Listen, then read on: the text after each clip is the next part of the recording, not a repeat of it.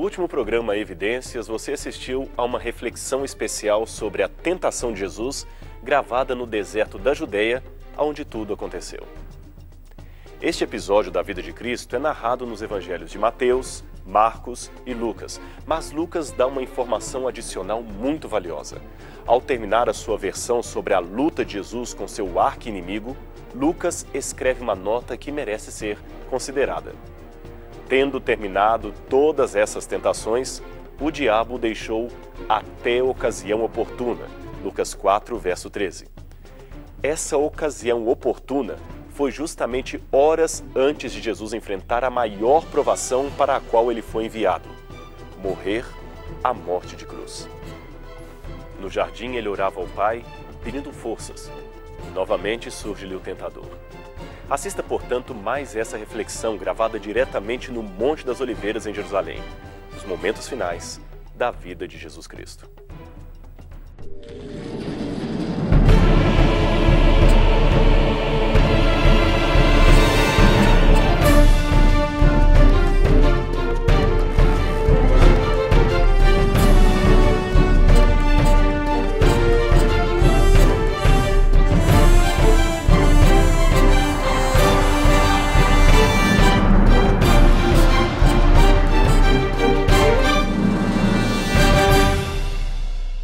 O Monte das Oliveiras fica a leste da antiga Jerusalém. Esse lugar é especial para os cristãos e faz parte da fronteira ocidental do deserto da Judeia. Entre ele e a cidade antiga de Jerusalém está o Vale do Cedron, ou como também é conhecido, Vale de Josafá. Foi aqui que Jesus lamentou a impenitência de Jerusalém e ensinou a respeito da ruína do templo. Era no monte onde Jesus costumava orar. Em um desses momentos de oração, foi preso no alto do monte. Imagine quanta tristeza Jesus sentiu nos últimos momentos vividos aqui. Em companhia dos discípulos, fez o Salvador vagarosamente o caminho para o jardim de Getsêmani. A lua pascual, clara e cheia, brilhava num céu sem nuvens. Silenciara a cidade de tendas de peregrinos. Jesus estivera conversando animadamente com os discípulos, instruindo-os, mas ao aproximar-se do Getsêmani, tornou-se estranhamente mudo.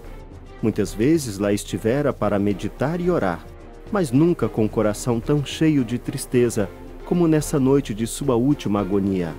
Durante sua vida na terra, andara à luz da presença de Deus. Quando em conflito com homens que eram inspirados pelo próprio espírito de Satanás, podia dizer: "Aquele que me enviou está comigo. O Pai não me tem deixado só, porque eu faço sempre o que lhe agrada." Agora, porém, parecia excluído da luz da mantenedora presença de Deus. Devia suportar a culpa da humanidade caída. Sobre aquele que não conheceu pecado, devia pesar a iniquidade da raça caída. Tão terrível lhe parece o pecado, tão grande o peso da culpa que deve levar sobre si, que é tentado a temer que ele o separe para sempre do amor do Pai e exclama: "A minha alma está profundamente triste até a morte."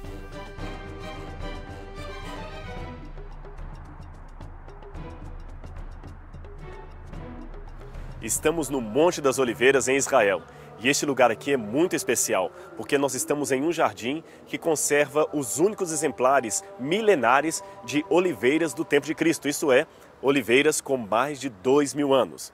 Essas árvores, então, já estavam aqui quando Cristo passou várias vezes por esse local. São testemunhas, de certa forma, do sofrimento do Senhor. De certa maneira, podemos até imaginar o privilégio que nós teríamos se estivéssemos aqui com essas árvores há 2.000 anos atrás. Várias vezes Jesus subiu esta montanha para orar com seus discípulos, para revelar segredos do reino dos céus. Muita coisa importante relatada nos 4 evangelhos ocorreu aqui, exatamente neste lugar. E no programa Evidências de hoje, você conhecerá os momentos finais da vida de Cristo no Jardim das Oliveiras e saberá um pouco mais sobre estas milenares plantações.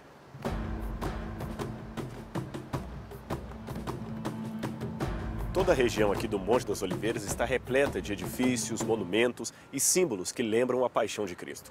Alguns, evidentemente, são apenas de tradição cristã. Outros, porém, têm um significado arqueológico sensível. Mas aqui no Jardim das Oliveiras, a evidência está acima do tradicional. Biólogos e especialistas em botânica perceberam e realmente documentaram que estas árvores, ou pelo menos algumas delas, têm mais de 2.000 anos de idade. Portanto, alcançaram o período do primeiro século, quando Cristo por aqui esteve.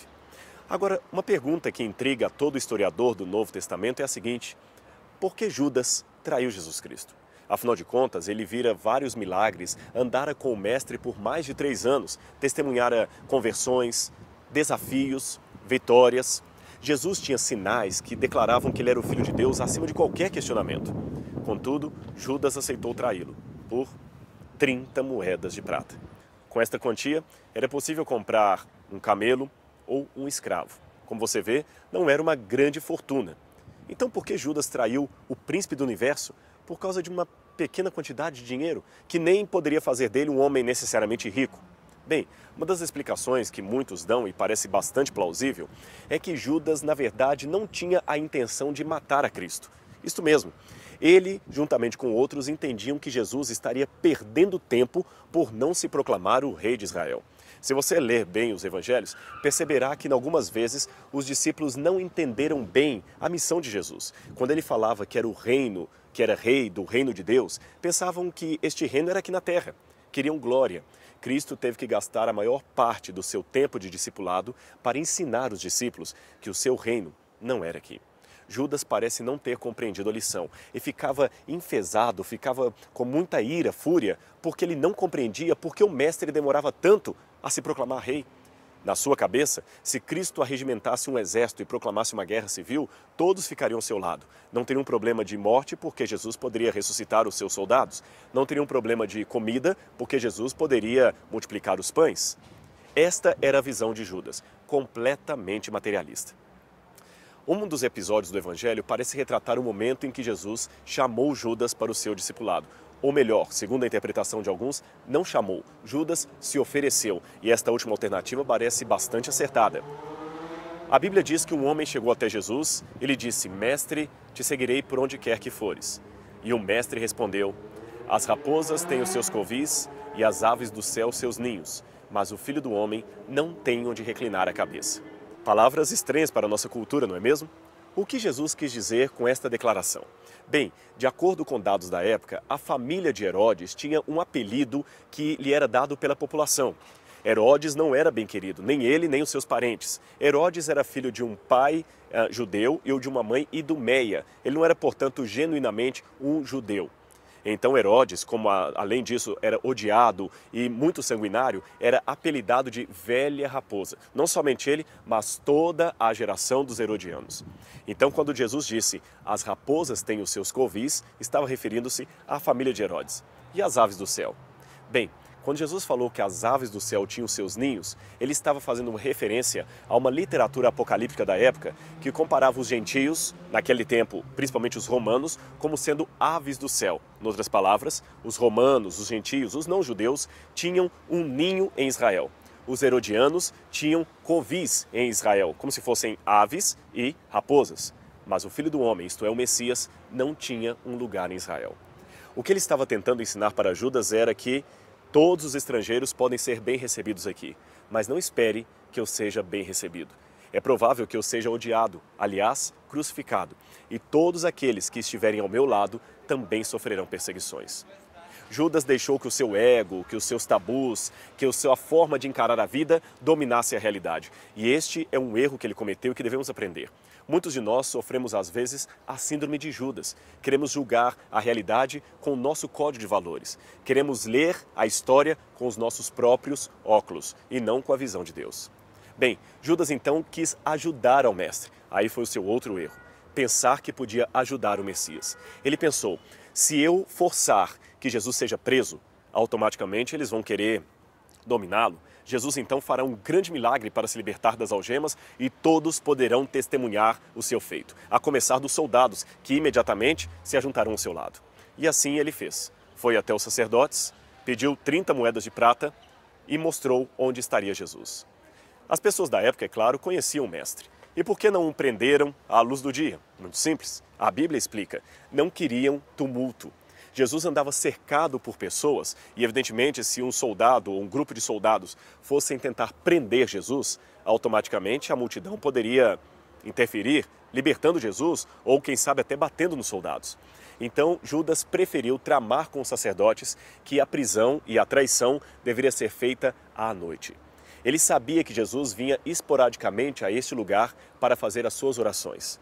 A noite seria o melhor momento para isto. Um pouco antes deste episódio da traição, Jesus havia revelado na Santa Ceia que Judas haveria de traí-lo. Judas, enfurecido, saiu, pegou as 30 moedas e, quem sabe, você pode imaginar Judas caminhando por algum canto deste monte e pensando consigo mesmo: eu vou ajudar Jesus. Ele não está entendendo a minha ação, mas eu vou mostrar-lhe como deve ser feito. Imagina a ironia, querer ensinar a Deus como a história deve ser feita. Judas, então, caminhou para esse lugar, onde ele iria dar o beijo da traição. Uma leitura poética do Gênesis diz que quando Deus soprou nas narinas de Adão o fôlego da vida, Deus lhe deu o beijo da vida. E agora, milênios depois, ele recebe o beijo da morte.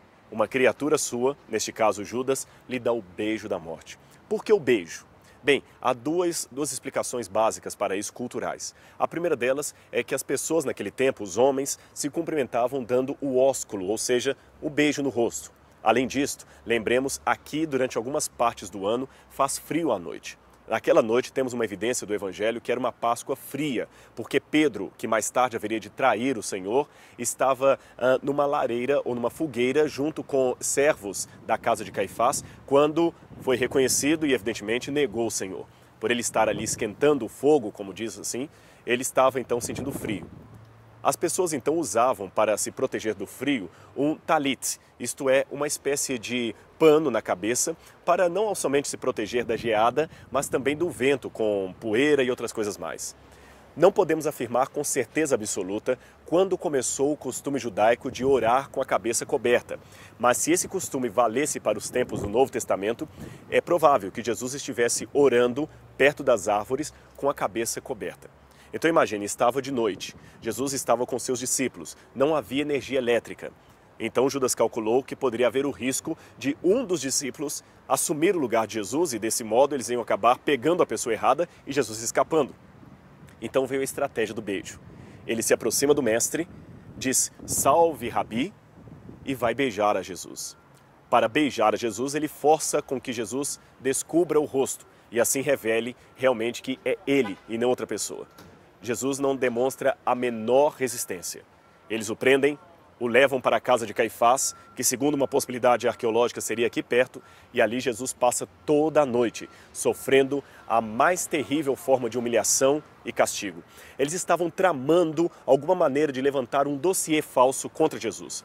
Havia uma pressa dos líderes judaicos em que Jesus fosse morto antes da Páscoa. Por qual razão? Eles temiam que na Páscoa, como Jerusalém estava apinhada de pessoas e peregrinos de todas as partes, se Jesus nesse dia operasse um milagre, o seu engano, lembre-se, eles achavam que Jesus era um mentiroso, o seu engano seria algo que ninguém poderia impedir. Então eles de alguma maneira teriam que colocar uma parada em Jesus, teriam que interromper o seu ministério de uma maneira dramática, teriam que convencer Pilatos a matar Jesus antes da Páscoa. Por isso resolveram durante toda a noite reunir falsas testemunhas, falsos depoimentos, falsas evidências contra Jesus. Foi aqui, nesse local. Agora imagine uma outra luta que Jesus teve antes um pouco de Judas trair-lhe com um beijo. Num dos programas anteriores, falamos da tentação de Cristo no deserto. E ali mencionamos que o diabo, depois daquela vitória de Cristo sobre ele no deserto da tentação, abandonou Jesus apenas por um pouco espaço de tempo. Isso está no Evangelho. Que pouco espaço de tempo seria esse? Até Jesus estar novamente no Getsemane, no Jardim das Oliveiras. O diabo aparece de novo para Jesus. Agora imagine a cena. Ela não está explícita nos Evangelhos, mas é possível lê-la nas entrelinhas. Jesus orando, fielmente ao Pai, pelo seu lado humano sentindo um terrível peso sobre a sua alma. Jesus temia a morte eterna. Ele sabia parcialmente o que iria enfrentar, mas não sabia todos os detalhes. Talvez você pergunte, mas como não sabia? Ele não era Deus? Ele não era onisciente?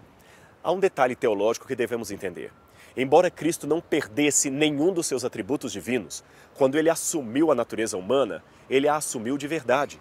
Ele colocou em suspensão a sua onipotência, a sua onipresença, a sua onisciência. Ele veio como um ser humano. Jesus poderia tropeçar numa pedra, Jesus poderia sentir dor de cabeça, dor de dente, frio, fome, sede, medo.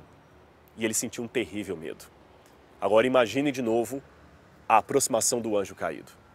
Talvez ele chegou até Jesus e falou: olá, Jesus. Você não disse que a oração expulsa o demônio?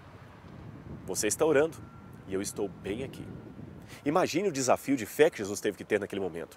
Ele tentava impedir as frases do demônio na sua cabeça e continuava orando ao Pai. Mas o diabo insistia. Olhe seus discípulos. Eles estão dormindo. Aquele sono que os apóstolos tiveram neste lugar não foi um sono normal de um cansaço físico, não, de maneira nenhuma. Foi um sono psicológico, um sono de fuga. Satanás colocou uma espécie de torpor mental nos discípulos para obrigá-los a dormir. Eles até queriam ficar acordados e vigiar com o mestre, mas algo os impedia, estavam fracos demais. Jesus então se levanta, quem sabe cambaleando, lembre-se que a esta hora ele estava sentindo o peso da culpa sobre os seus ombros, e vai até os apóstolos e lhes pede: por favor, orem comigo só um pouco mais de tempo. E os discípulos não atendem ao mestre. Tão logo ele se volta, eles tornam a dormir. Solidariedade na oração. Era tudo o que o mestre queria. Mas tão logo ele volta a orar, os discípulos continuam dormindo. Imagine a gargalhada sórdida do diabo. Você disse que eles iriam cooperar? Não vale a pena morrer por eles. E ademais, onde está o seu pai? Jesus enfrentara ali o inferno no sentido mais absoluto da palavra. Inferno tem dois significados na Bíblia: a primeira morte e a segunda morte. No primeiro significado, o inferno é sepultura, mas no segundo, inferno é a ausência absoluta de Deus. Somente os ímpios e o próprio diabo, no dia do juízo final, enfrentarão isso no lago de fogo e enxofre. Aliás, se você abrir a sua Bíblia em Apocalipse, vai perceber que aquele lago de fogo e enxofre não produz queimaduras, produz pânico. Jesus estava sentindo a ausência absoluta do Pai. E o diabo argumentando com ele: não vale a pena. Muitas vezes na sua vida também você deve ter o diabo argumentando que os seus problemas são insolúveis, que Deus o abandonou, quem sabe com uma lógica sobre-humana. Por que você não aprende com o exemplo do Salvador? Vença o diabo pela fé, ainda que você não tenha as respostas adequadas por sua limitação mental. Jesus continuou firme. Eu imagino que o diabo talvez tenha colocado para ele: você quer chegar a este ponto? Você está seguro que quer morrer pelos apóstolos, pela humanidade, mesmo que isso custe a ausência absoluta do Pai? Então isso significa, Jesus, que você está amando mais a humanidade do que a Deus. Isto é pecado. Não podemos amar nada acima de Deus. Imagine a situação, que lógica. O que Jesus respondeu então para o diabo? Talvez ele teria respondido: você pode ter até razão do ponto de vista humano, mas eu continuarei acreditando no Pai, porque o Pai não falha jamais. E dos passos que Cristo deu, desde aqui, rumo ao Calvário, o último passo não foi necessariamente o amor à humanidade, não. Foi o amor ao Pai. Ele disse: eu morrerei, porque o Pai pediu. Eu amo a humanidade, é claro, mas em primeiro lugar, eu amo a meu Pai. E se meu Pai pediu para morrer, assim o farei. Essa talvez é a maior demonstração de fé que você poderia ter hoje. Não andar sobre as águas, não multiplicar os pães ou ressuscitar mortos, mas ter a certeza que Deus Pai não mentirá para você jamais.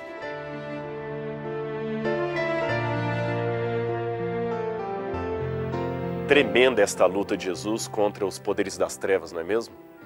Bem faríamos se gastássemos pelo menos 1 hora a cada dia refletindo sobre a vida do Filho de Deus, especialmente os momentos finais.